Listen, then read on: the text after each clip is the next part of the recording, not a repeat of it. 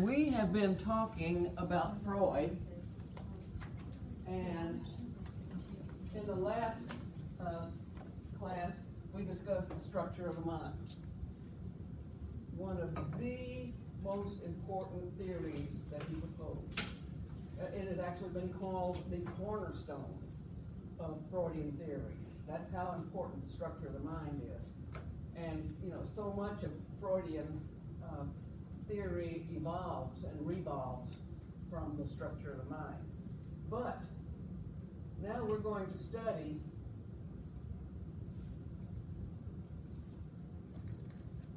there we go, the most controversial part of Freudian theory from the most controversial theorist.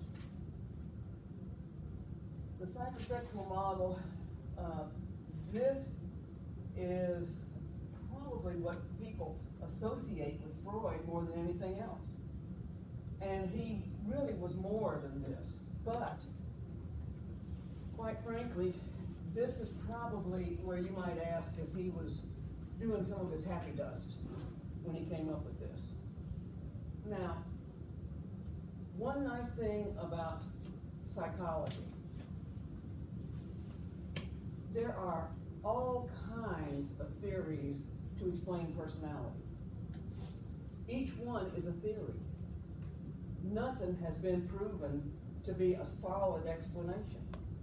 And so, just because I'm telling you the way that Freud explained it, that doesn't mean that that's the gospel according to Sigmund. This is one person's view.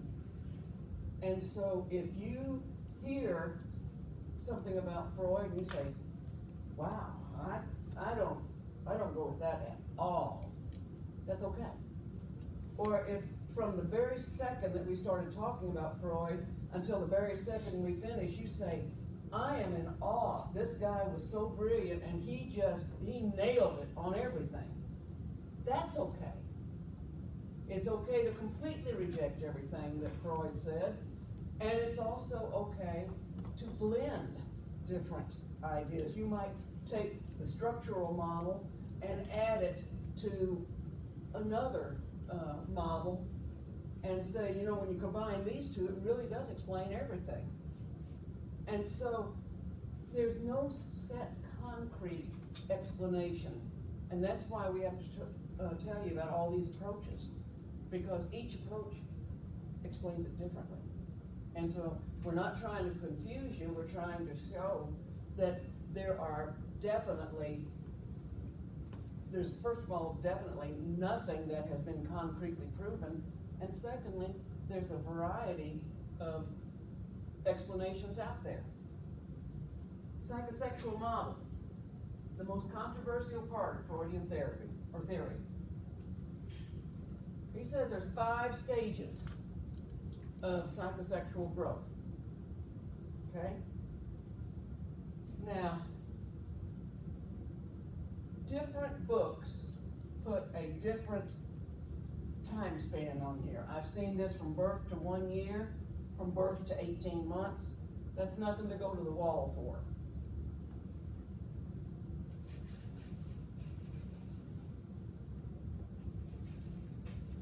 It is at this time, Freud says, that the erogenous zone is the mouth.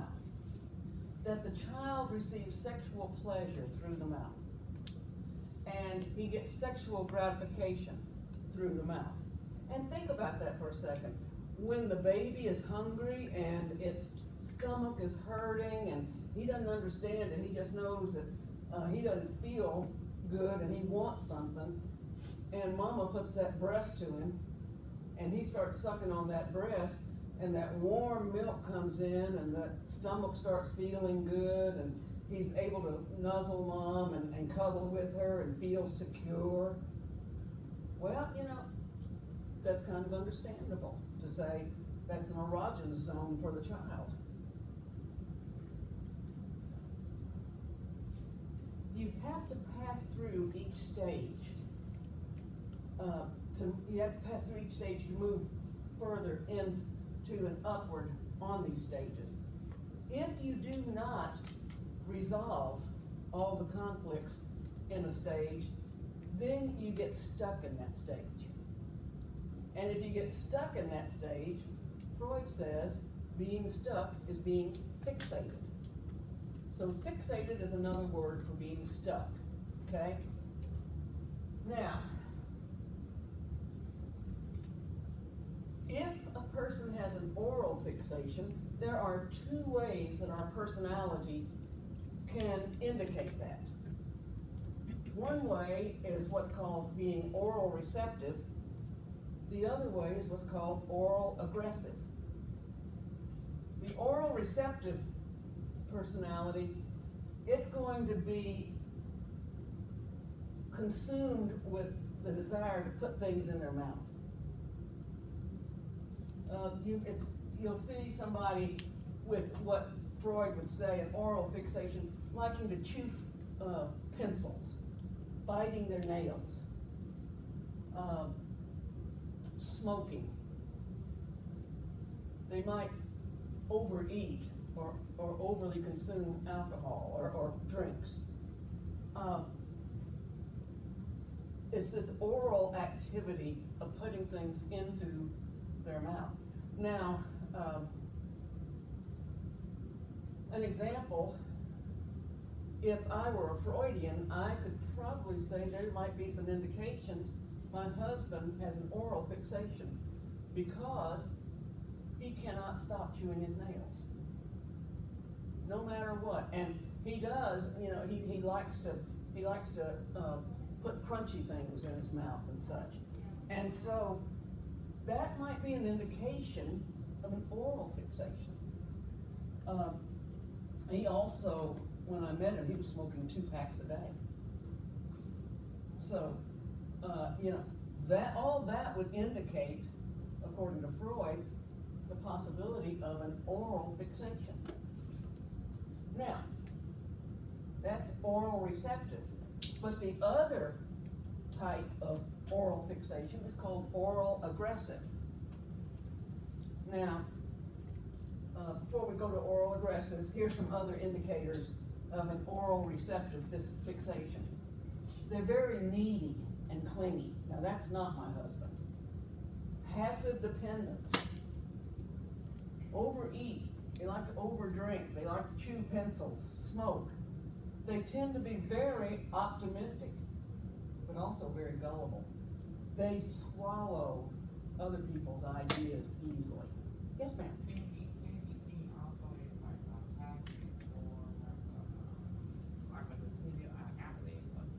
All right, her question is, well, could this be viewed as a habit? Of course it could, but it's because of the oral receptive fixation that would lead you to that. Okay? You'd have to have it start someplace. And so you start smoking because you have this oral receptive fixation, and as you are smoking more and more, yes, you do develop the habit and maybe even addiction. But that's secondary to why you put it in the mouth. Okay? Does everybody follow me here? Okay. So we've got oral receptive fixation. The oral receptive fixation person, needy, clingy, passive dependent, likes to overeat, overdrink, chew pencils, chew nails. They may smoke, be over optimistic, and very gullible.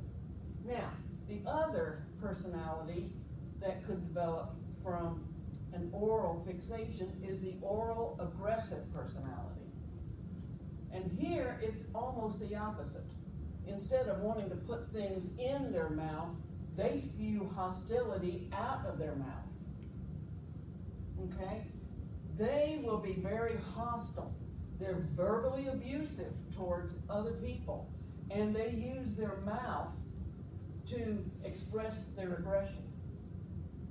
And so instead of putting things in their mouth like the oral receptive, they spew things out of their mouth as being an oral aggressive.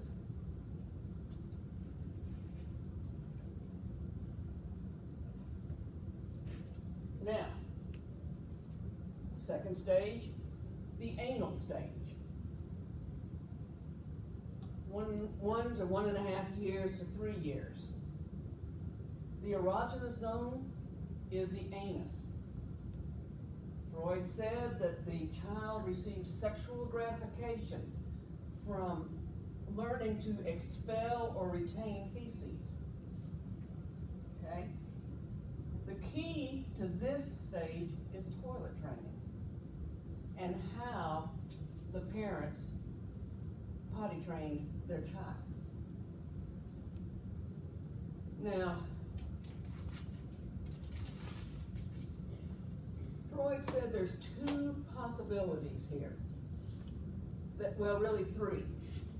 You can have a very balanced state and the child will progress right through the anal stage, or the parents might be too punitive when training the child or too permissive. Okay? So, if the parents are too punitive, they are too structured, they're constantly on the child's back about potty training, they're shaming him, they're embarrassing him, they're constantly on him, maybe spanking him and such, if he poops his pants. Then you would say the parents are too punitive. They're too strict. But on the other hand, if the parents are too permissive and they don't give that much attention to the child, that they don't give a lot of training, they don't give a lot of instruction, they don't give a lot of attention and assistance, then we would say that the child's parents are too permissive. Now,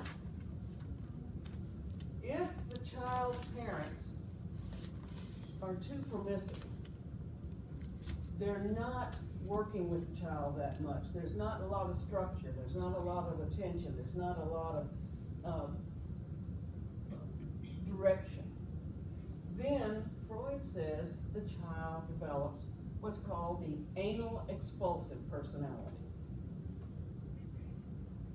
Now, the way that Freud says that the personality would develop in adulthood for a person who has an anal fixation, an anal expulsive fixation, this person would be very messy, very unclean, disorganized. They would be very impulsive, scatterbrained, but they would be very generous. Okay? So messy, unclean, disorganized, impulsive, scatterbrained, generous.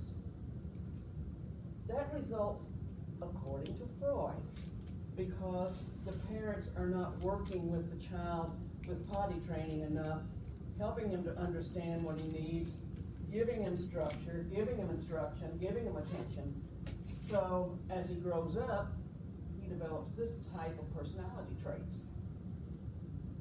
On the other hand, Freud says that if the parents are too punitive, that they are too strict, that they are too, they're leaning on that child all the time, and they might spank the child or embarrass the child for not learning potty training as fast as they want. They might do things, like I said, embarrass the child. If the parents are too punitive, then Freud says the child grows up to have an anal retentive personality. You may have heard that expression and not known that it was a Freudian expression. Anal retentive. In fact, we've even shortened it. We'll look at somebody and say, oh man, isn't he anal? Well, that means they're overly neat, orderly, even more than orderly. They can be very compulsive. very frugal, cheap, headstrong, stubborn. They may like to hoard things. They may stockpile items. And they can be very condescending. Now,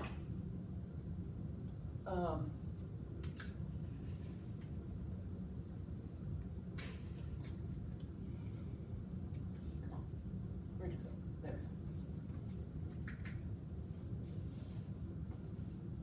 When I joined my church, I found that we didn't have Sunday school. We have what's called community groups. And you have a group of, say, 5 or 6 couples, and they meet in each other's homes instead of meeting at the church. And we meet every week, and each one of the members hosts the meeting, and you rotate the members. When I was in the singles group, we had about 14, and one of our guys was hosting the very first meeting that we had all gotten together. And in fact, it was my very first community group meeting.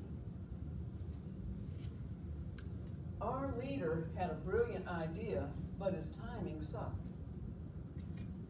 After we introduced ourselves a little bit, and well, my name's Julie, and I work at Plasky Tech, yada, yada, yada. He said, okay, now that we've gotten kind of a little idea of who everybody is, I want all the men to stay in the living room, and I want all the women to go into Gary's bedroom, and we're going to go around and talk about what our greatest challenge or problem or burden is. Well, that's a little fast to ask people to be that transparent. I've known you to 15 minutes, and I'm going to start telling you some of my deepest problems and concerns. I don't think so. Well, backing up a little bit and telling you about Gary's house, it was so clean, a surgeon could get down on his hands and knees and do surgery on the floor and not worry about infections. The sterile technique there would be astronomical. I mean, I'm surprised there wasn't a little thing following you everywhere using Lysol that immediately disinfected, your presence. Everything was perfectly neat. Like you go into the living room and he might have some books, and not only would they be perfectly stacked, but like they, in a certain order. And everything was perfectly organized. The ladies went into the bedroom, and of course everybody's, saying, I'm not going to volunteer any information, I'm not going to let you in on my secrets, And so small talk started up.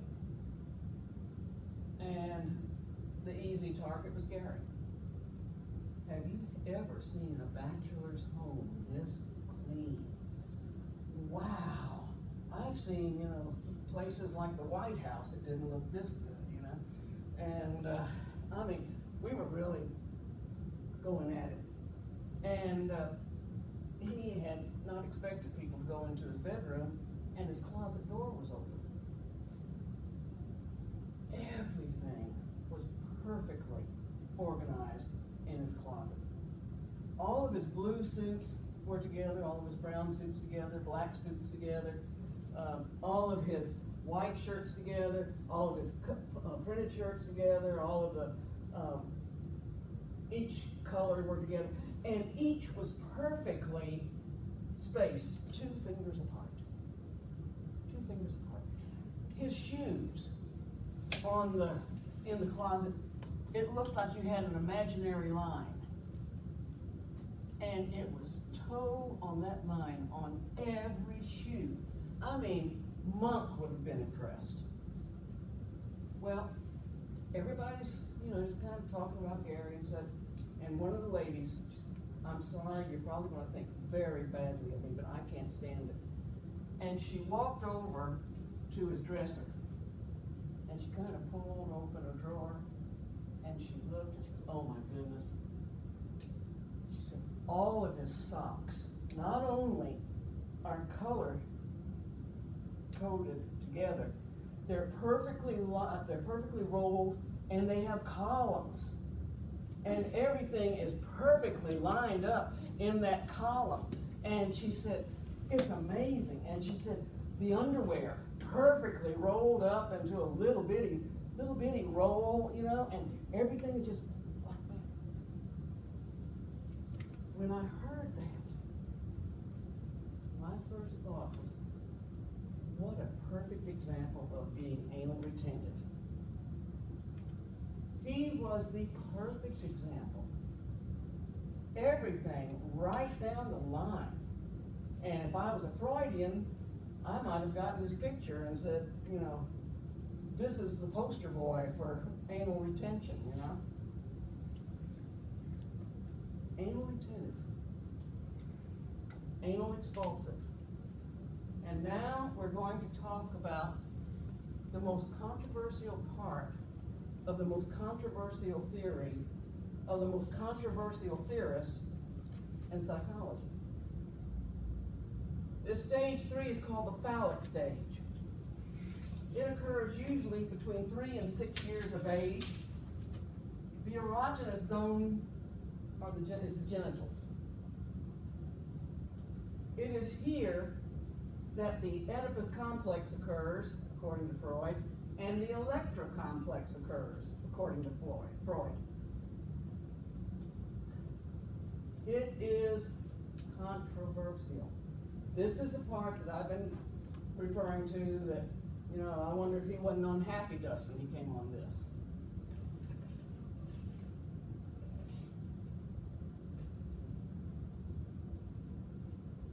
Remember, we're in 2020. This is probably the most liberal attitudes we have had toward morals, toward sex, toward just about anything. This was in the late 1800s. This is in the late 1890s that he proposed this. I want you to remember that, because if you're shocked, think about how it was received back then. Because back then, women had to have their collars way up here. Nothing was supposed to show.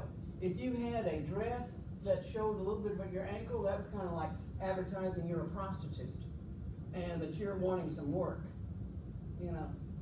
When women went to the beach, they had like a little skirt on, and then they had some leggings because you couldn't show any skin. And then Freud comes along and gives this proposal. Well, when we say the erogenous zone is the genitals, we're saying that Freud says between 3 and 6 years of age, little boys and little girls realize there's such a thing as a penis and there's such a thing as a vagina. And little boys have a penis, little girls have a vagina, and they're noticing it, they're curious, they are wondering why some have a penis and others don't. And so Freud came up with this explanation. If you have studied Greek mythology, there is a Greek story about a man called Oedipus. And it has been a long time, and I'm going to tell you, I'm not going to get this correct, but I'm going to give you a general idea. A king had a child born. How many remember the story? Does anybody remember the story? Okay. You do? Okay. If I I get off track and if I say something that's wrong, correct me because I really want to know and do this correctly. A king had a little boy born to him. And a prophet came to him and said, I'm so glad that you're happy that you've got this little boy, but he's going to grow up and he's going to kill you and he's going to marry your wife and then he's going to live in misery the rest of his life. Wow. Well, the king loved his son, didn't want to kill his son. So, if I'm not mistaken, he had him sent to another country and live with another family.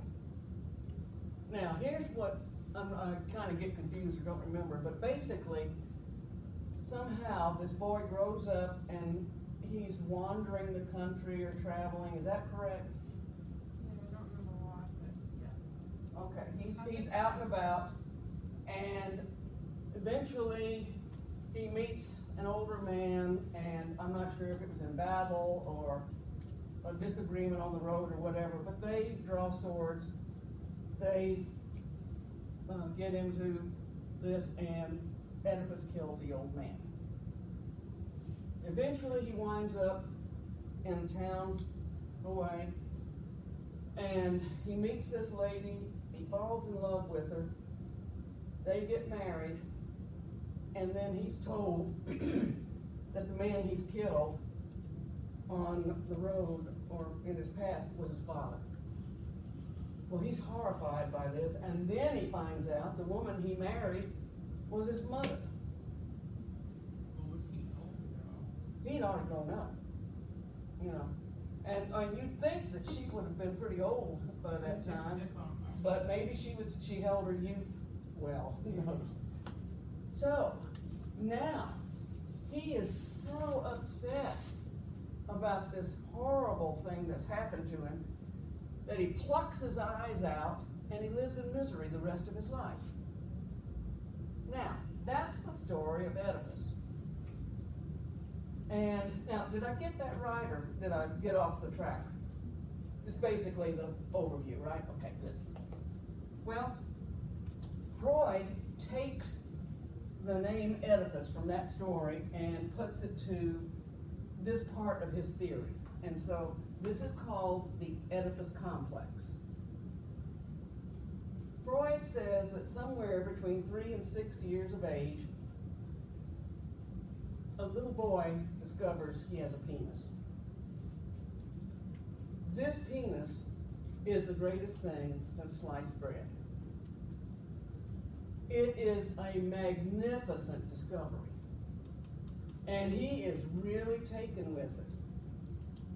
This is just incredible. And he is so proud of that penis. And he thinks that is the neatest thing that's ever been invented. Well, he's proud of that penis, and he's noticed he's got this penis. But then he notices that there are others that do not have a penis. And he gets to thinking about that. You know, why is it that some people have a penis and others don't? Well, he also notices that his dad, who is sleeping with his mom, gets a lot of affection and attention from mom. His dad is his dad. He's his caregiver. His mom's more than, you know, he's really, really attached to his mom. He loves his mom. He loves his dad, but not, I mean, he's not as attached to dad. The id starts kicking in. You really want your mom. You really, really want your, we're talking about really wanting your mom. We need to sexually possess your mom. And so, unconsciously, this is not a conscious thought, unconsciously he starts developing this desire for his mother. Now, while that's going on, and he notices these other people don't have a penis, he starts to, you know, in his trying to figure it out, he starts to worry, and this again is all unconscious. How did they lose their penis? I mean, it seems to me like everybody must have been born with a penis, but something happened and they lost theirs. And so he's starting to worry about this. And he's starting to worry, how did they lose their penis? And the only thing that basically the unconscious mind can come up with is they did something really, really bad and it got cut off. So he starts worrying about, I don't know what it takes to be that bad to get it cut off, but I don't want to do it. And so he starts worrying about this, developing what's called the castration anxiety. Now, this desire for his mother is growing. And the id is pushing him to possess mother, but dad's in the way. So the id says, we can take care of that, just kill him. And he said, we can have mom all to ourselves as dad's out of the way. Well, remember, you've got the id, the ego, and the superego. Ego starts talking to the id.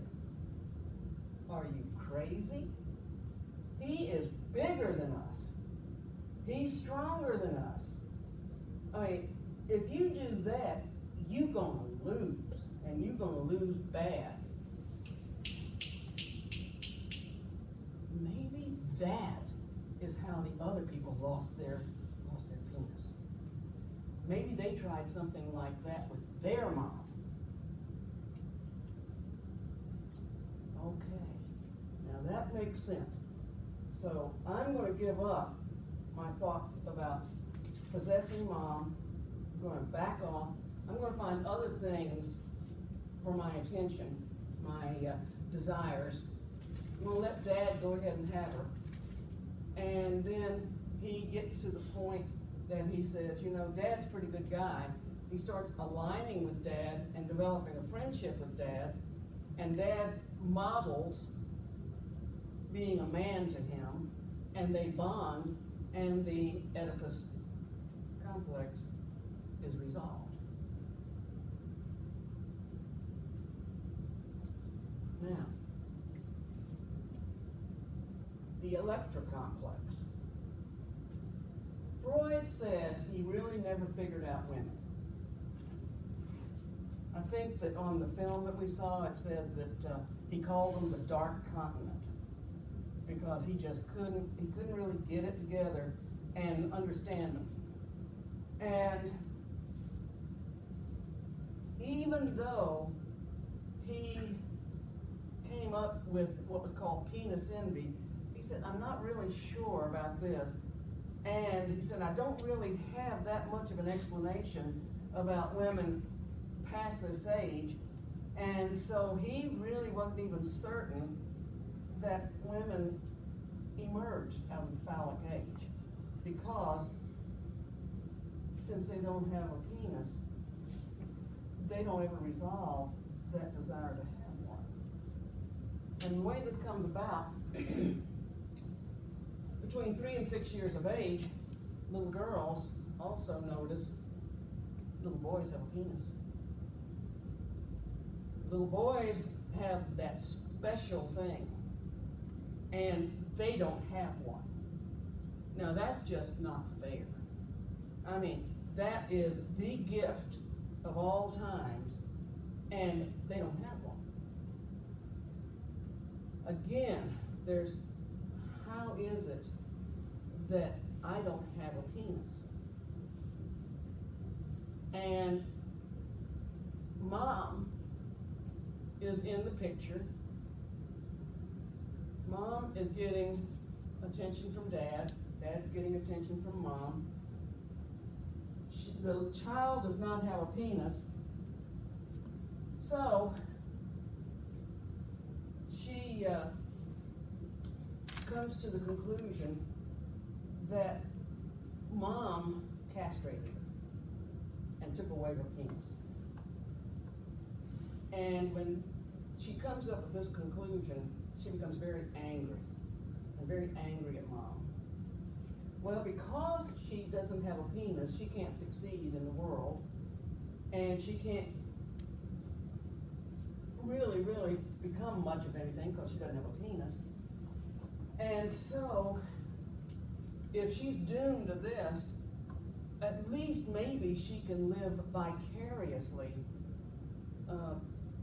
through the penis of a son, if she has a son, or if she has sexual relations with her father. And so she can acquire a penis if she has relations with her father. Now, again, these are all unconscious thoughts, and she is not actually going to try, this is not an actual incident of incest, but the incest, according to Freud, is in the mind on both sexes, okay? So, she cannot actually ever possess a penis, and she, there is the fact that that's her mom, and she does love her mom. So eventually she realizes that she needs to align with mom and go ahead and give in to the love and just live with the idea he'll never have a penis, but at least she's got the love of mom and she can go through life. Okay. Before we do anything else, to make sure I didn't forget anything, omit anything, let's just go over it again. With the Oedipus complex, the father is the focus of jealousy and rivalry. He is the one who sleeps with the mother, but he's still one of the caregivers.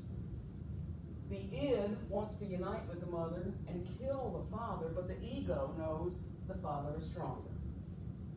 The child also feels affection for and towards the father. The fear that the father will object to the boy's feelings is expressed by the id as fear that the father will castrate him. Freud believed that where the boy would develop a castration anxiety, the girl would develop the penis envy. The envy is rooted in the fact that without a penis, the female can never sexually possess the mother as driven by the id. The girl, like the boy, is originally attached to the mother, but during the phallic stage, when she discovers she lacks a penis, she becomes attached to the father figure, imagines that she can become pregnant by her father, all while becoming more hostile toward the mother. According to the theory, this penis envy leads to resentment toward the mother, who is believed to have caused the girl's castration. The hostility toward the mother is later revoked for fear of losing the mother's love, like the others. I think that's pretty well what we said. Now, before I do anything else, I want y'all's reaction to what you have just heard.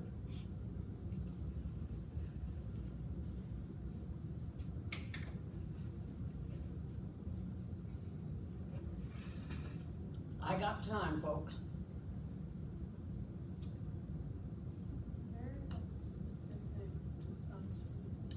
You say some very specific assumptions? Yeah, of the child's mind.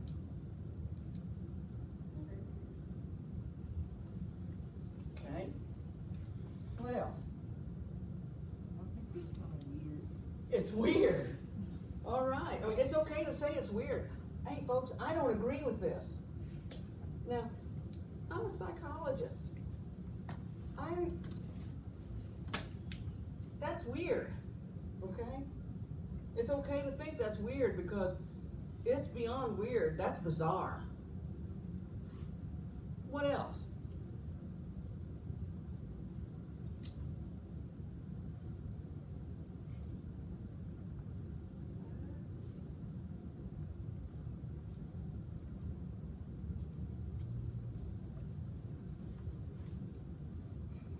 Are y'all just stunned? I mean, it was never mine because a girl there.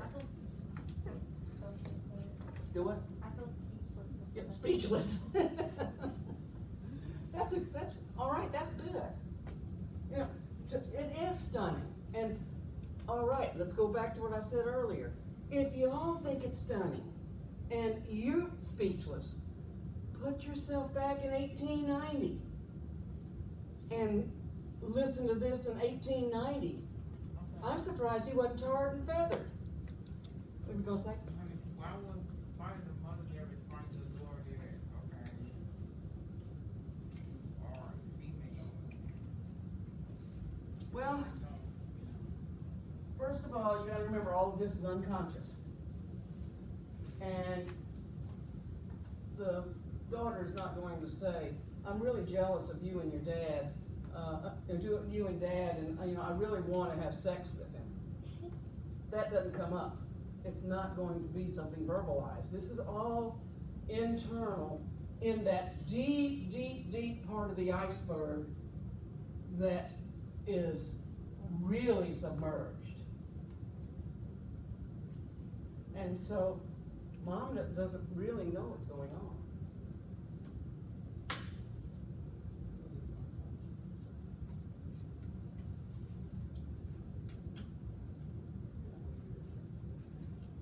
I do like whoever said that they were speechless. That was great. Well, not my clicker.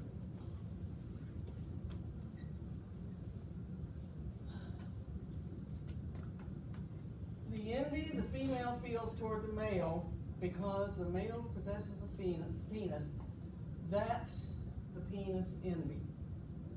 The girl believes that once she had a penis, but it was removed. Okay, so all this is just recap. Success or failure in the Oedipus conflict is at the core of either normal psychological development or a psychological disorder. Again, according to Freud. If a child is able to successfully resolve the conflict,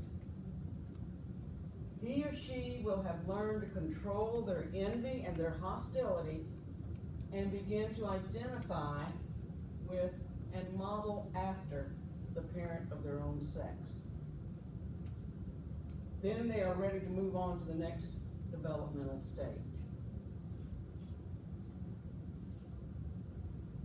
If a man does not resolve this complex, if he gets stuck in the phallic stage, there are several ways he can manifest this complex or this fixation. A phallic fixation for men results, according to Freud, in anxiety and guilt feelings about sex, fear of castration, and developing a narcissistic personality.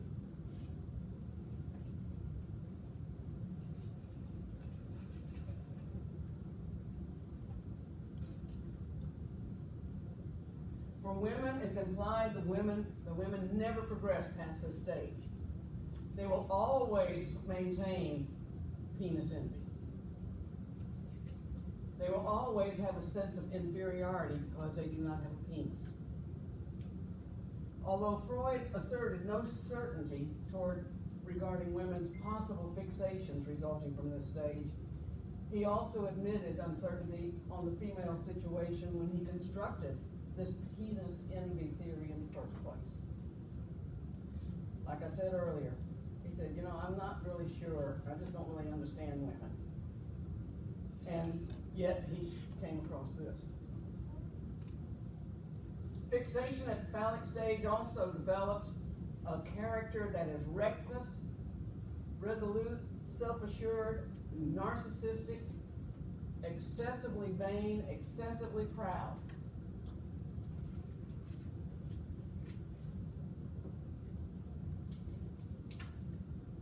This can cause a person to be afraid or incapable of close love. And And Freud also theorized that fixation in the phallic stage could be the root cause of homosexuality.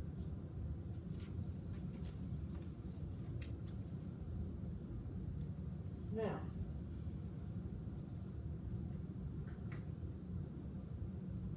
this is a result of his analyzing his own journals.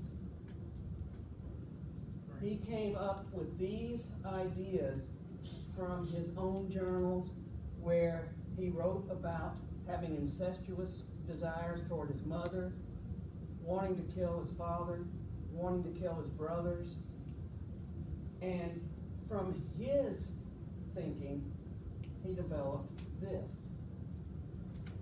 Now, first thing, absolutely no research went into this. This is just him coming up with an explanation through reading his own journals and trying to come up with, how did I come up with that? Okay? Then we have stage 4, the latency stage. This is the only non-sexual stage. This is the only non-sexual stage. This is a time of learning and adjusting to start adjusting to the environment outside of the home, absorbing culture, starting to form beliefs and values. It is a time that the child becomes interested in sports and hobbies and same-sex relationships. You know, if you've got two little girls holding hands on the playground in the first grade, everybody says that's cute, and they don't think anything else about it. Okay? You're developing same-sex relationships or friendships. You're engaging in sports, hobbies, things of interest. This is a period of sexual latency, and it will last for 5 to 6 years until the person hits puberty.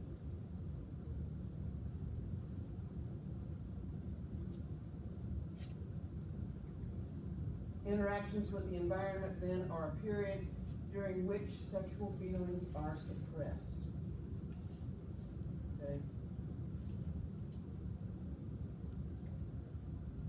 Then the last stage is called the genital stage. Some books say about 12 on. Basically, it's when the person hits puberty. Okay? And here, it's at this time the person realizes it's okay to notice the opposite sex. It's okay to start thinking about having dating relationships. The person, according to Freud, becomes less narcissistic, less self-centered, and more interested in others.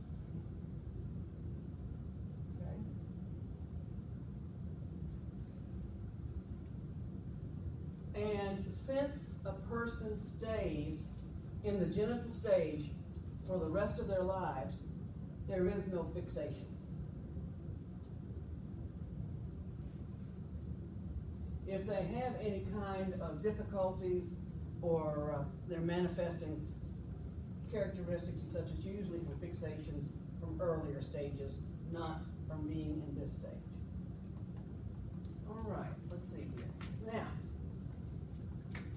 what I'd like to do, I'd like to ask y'all, now, honestly, the phallic stage is an easy gift.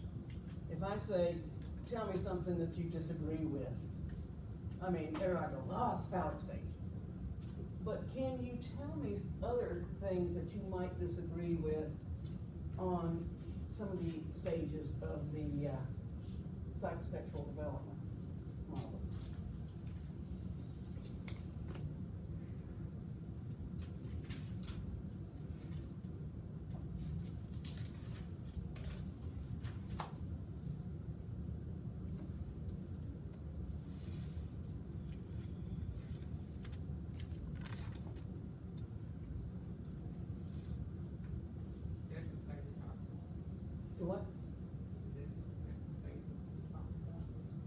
I'm asking if any of the 5 stages, if there's anything that you disagree with.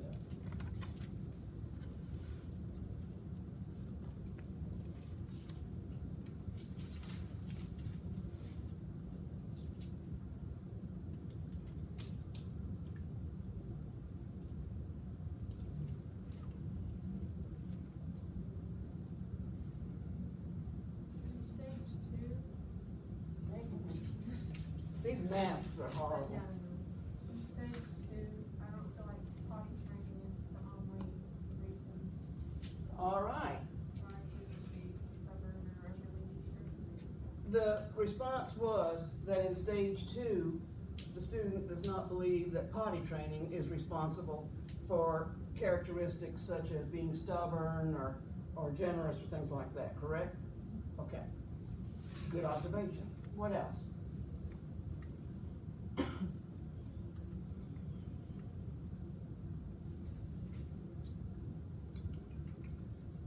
could start singing and dancing up here, but I don't think you want that.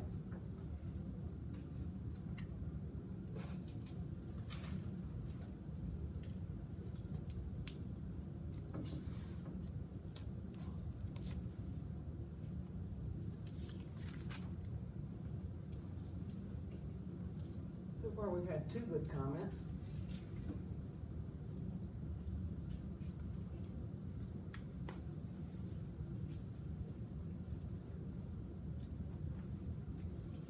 Well, let me ask you something. Do you believe a 14-year-old boy is in the same place emotionally, physically, mentally, psychologically as a 75-year-old man? They're both in the same stage. I mean, a 14-year-old boy will hit on a fence post. You know, 75-year-old man has a little bit more sense than that. But he has grouped everybody in this stage, the last stage, and says everybody's the same. And that's a flaw. That's a flaw. Okay? Another flaw, in my opinion, my humble opinion, is during the phallic stage, saying boys and little girls don't notice penises until they're 3 years old. In the experience that I've had with little boys, they notice their penis before that time. And they're asking questions, and little girls are asking questions, you know, what's that? Why don't I have one? And such. And it's not, the parents that I've talked to, the experience that I've had, it usually happens before 3 years of age. Well, here from 12 on, everybody's in the same group. Now, one of the Freudian psychologists after Freud looked at this, and he decided that he would develop a model that had more stages. And again, this was a Freudian psychologist, but he disagreed with Freud on this. Now, the man's name is Erickson. And he breaks it down into more stages. And remember, I told you that there are times I'm going to tell you to put a star by something, underline it, circle it, highlight it, and write important by it. This is one of those times. When we're talking about this developmental model by Erickson, this is something you really, really want to pay attention to. Okay, instead of the oral stage, he calls this stage the infant trust versus mistrust stage. It's about the same time span. But here, instead of saying that the child has to have that sucking desire resolved, Erickson says that the child is seeking maximum comfort and wants minimal uncertainty. And in doing this, he learns to trust himself, others, and environment. And so, you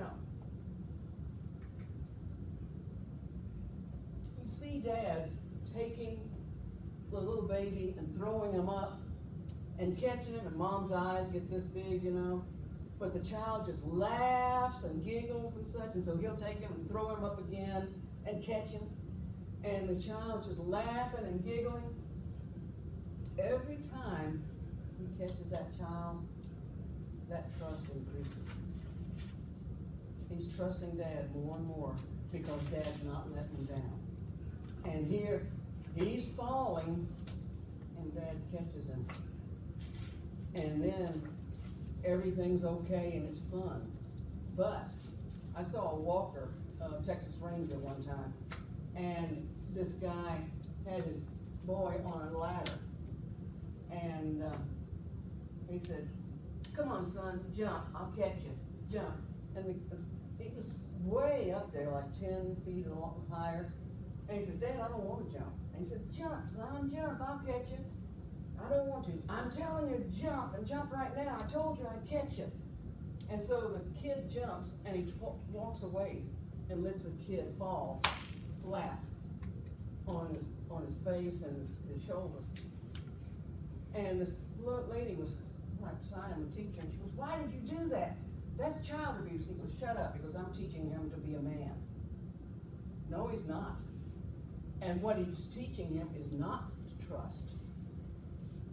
Well, every time dad catches that child and that child is giggling, that trust has just increased a little bit more and more and more. And this is the stage it takes place that starts putting the seeds of trust. Okay? So he's learning to trust himself, trust others, and trust the environment. Here, if an infant's physical and emotional needs are met, the infant will complete his or her task of developing the ability to trust others.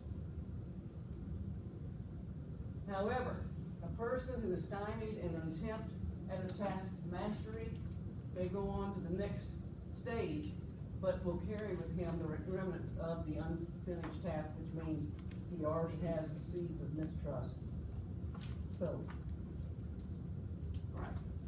The next stage, toddler, which is autonomy versus shame and doubt.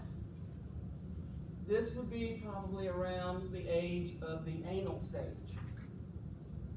Here, he works to master the physical environment while maintaining self-esteem. Every time that he sets out for a task and he succeeds, that's building his confidence. That's building his self-esteem, okay? Then you've got your preschooler, which is initiative versus guilt. Here, the child now is not imitating actions, he's starting to initiate his own behavior. He is starting to initiate his own actions, activities. And here it is where he develops a conscience and a sexual identity.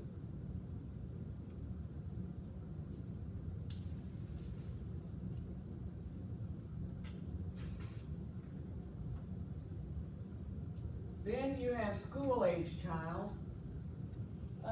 That's probably around the latency stage. And it's school-age child, industry versus inferiority.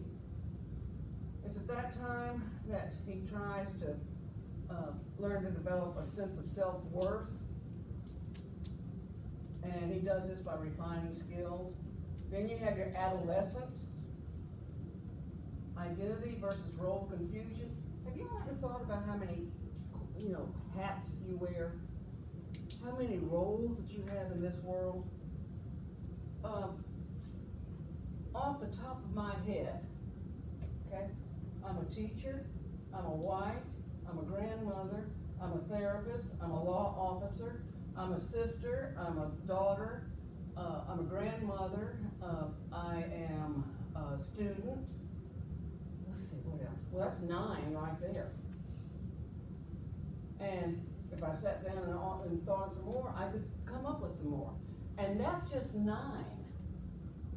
And every time you get into this other role, you put on that hat and you function as a teacher, or you function as a law enforcement officer, or you function as a therapist or a psychologist.